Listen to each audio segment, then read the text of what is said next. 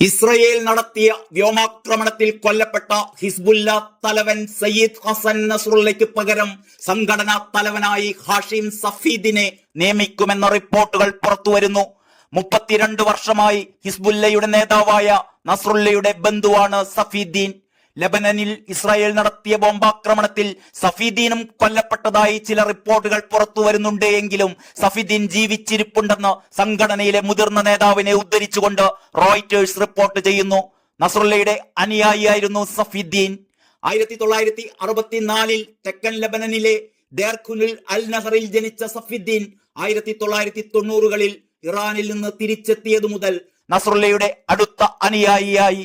2017 America തീവ്രവാദിയായി പ്രഖ്യാപിച്ച Safieddine ഹിസ്ബുല്ലയുടെ രാഷ്ട്രീയ കാര്യങ്ങൾക്ക് മേൽനോട്ടം വഹിക്കുകയും ഗ്രൂപ്പിന്റെ ജിഹാദ് കൗൺസിൽ അംഗമായി പ്രവർത്തിക്കുകയും ചെയ്യുന്നു.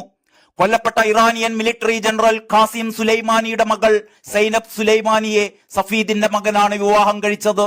ആ നിലയിൽ ഇറാൻ ഭരണകൂടവുമായും അദ്ദേഹത്തിന് ബന്ധമുണ്ട്. സിറിയൻ ഭരണകൂടത്തെ പിന്തുണച്ചതിന് സൗദി അറേബ്യ ഇയാളെ കരിമ്പട്ടികയിൽപ്പെടുത്തിയിരുന്നു. പൊളിറ്റിക്കൽ ഇസ്ലാമിന്റെ ലോകത്ത് കടുത്ത ഞെട്ടലുണ്ടാക്കിയ വാർത്തയായിരുന്നു ഹിസ്ബുല്ല തലവൻ ഹസൻ നസ്രുള്ളയുടെ മരണം. അധികം സമയമെടുക്കാതെ പെട്ടെന്ന് ആസൂത്രണം ചെയ്ത പദ്ധതിയിലൂടെയായിരുന്നു നസ്രുള്ളയെയും അനുയായികളെയും വധിച്ചത് എന്ന് പാശ്ചാത്യ മാധ്യമങ്ങൾ റിപ്പോർട്ട് ചെയ്യുന്നു.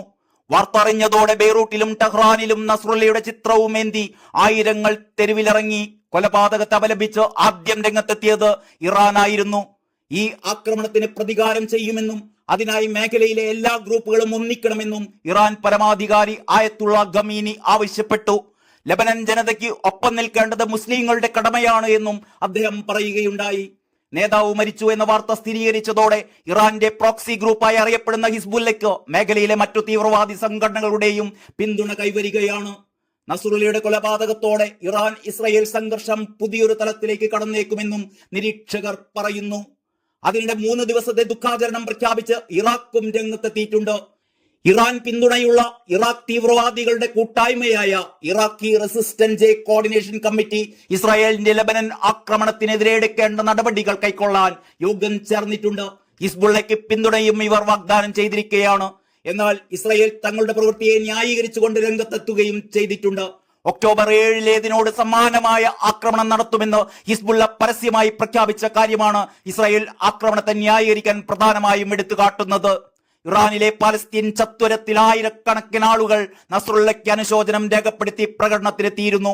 സിറിയയിലും നിരവധി പേർ നസ്രുള്ളയുടെ ചിത്രങ്ങളും ഉയർത്തി പ്രകടനത്തിനായി തെരുവുകളിൽ ഇറങ്ങിയിരുന്നു. പാകിസ്ഥാനും അമേരിക്കയും ഉൾപ്പെടെ ലോകത്തിലെ മറ്റു പല രാജ്യങ്ങളിലും നസ്രുള്ളയ്ക്ക് ആദരാഞ്ജലികൾ അർപ്പിച്ചുകൊണ്ട് ജനക്കൂട്ടം തെരുവിലിറങ്ങുകയുണ്ടായി.